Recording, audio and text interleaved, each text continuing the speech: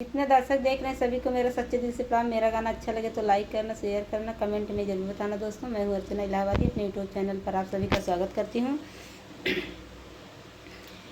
रोआ जिने गोदी के ललनवा, सुबेरे घुना घुनवा मांगाई देव। रोआ जिने गोदी के ललनवा, सुबेरे घुना घुनवा मांगाई देव।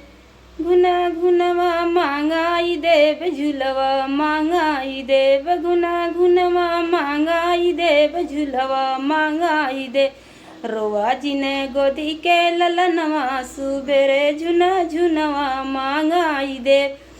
नई ससुरे में होती ससुर जी से कहती, ससुरे में होती ससुर जी से कहती। नैहर में आजा के लजानी, सुबेरे झुना झुनवा मांगाई दे। नैहर में आजा के लजानी, सुबेरे झुना झुनवा मांगाई दे। रोआ जिने गोदी के ललनवा, सुबेरे झुना झुनवा मांगाई दे। रोआ जिने गोदी के ललनवा, सुबेरे झुना झुनवा मांगाई दे। झुना झुनवा मांगाई देव, झुलवा मांगाई देव। झुना झुनवा मांगाई देव, झुलवा मांगाई देव। ससुरे में होती भासुर जी से कहती, ससुरे में होती ता जेठ जी से कहती। नैहर में पापा के लजानी, सुबेरे घुना घुनवा मांगाई देव। ससुरे में होती सस जेठ जी से कहती। नैहर में पापा के लजानी, सुबेरे घुना घुनवा मांगाई दे। रोआ जिने गोदी के ललनवा, सुबेरे घुना घुनवा मांगाई दे।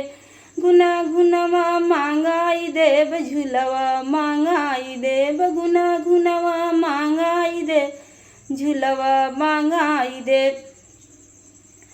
रोआ जिने गोदी के ललनवा, सुबेरे घुना घुनवा मांगाई देव।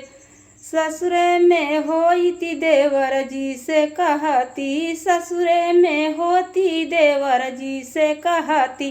नैहर में चाचा के लजानी, सुबेरे घुना घुनवा मांगाई देव। ससुरे में चाचा के लजानी, सुबेरे घुना घुनवा मांगाई देव।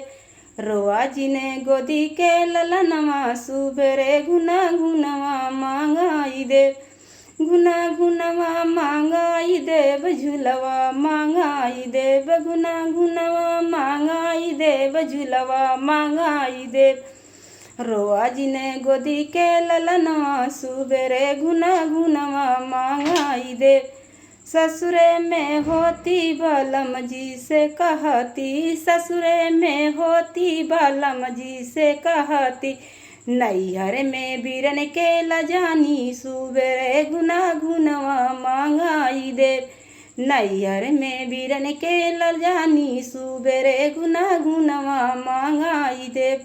रोआ जिने गोदी के ललनवा, सुबेरे घुना घुनवा मांगाई देव। रोआ जिने गोदी के ललनवा, सुबेरे घुना घुनवा मांगाई दे। घुना घुनवा मांगाई देव, झुलवा मांगाई देव। घुना घुनवा मांगाई दे, झुलवा मांगाई देव। रोआ जिने गोदी के ललनवा, सुबेरे घुना घुनवा मांगाई देव।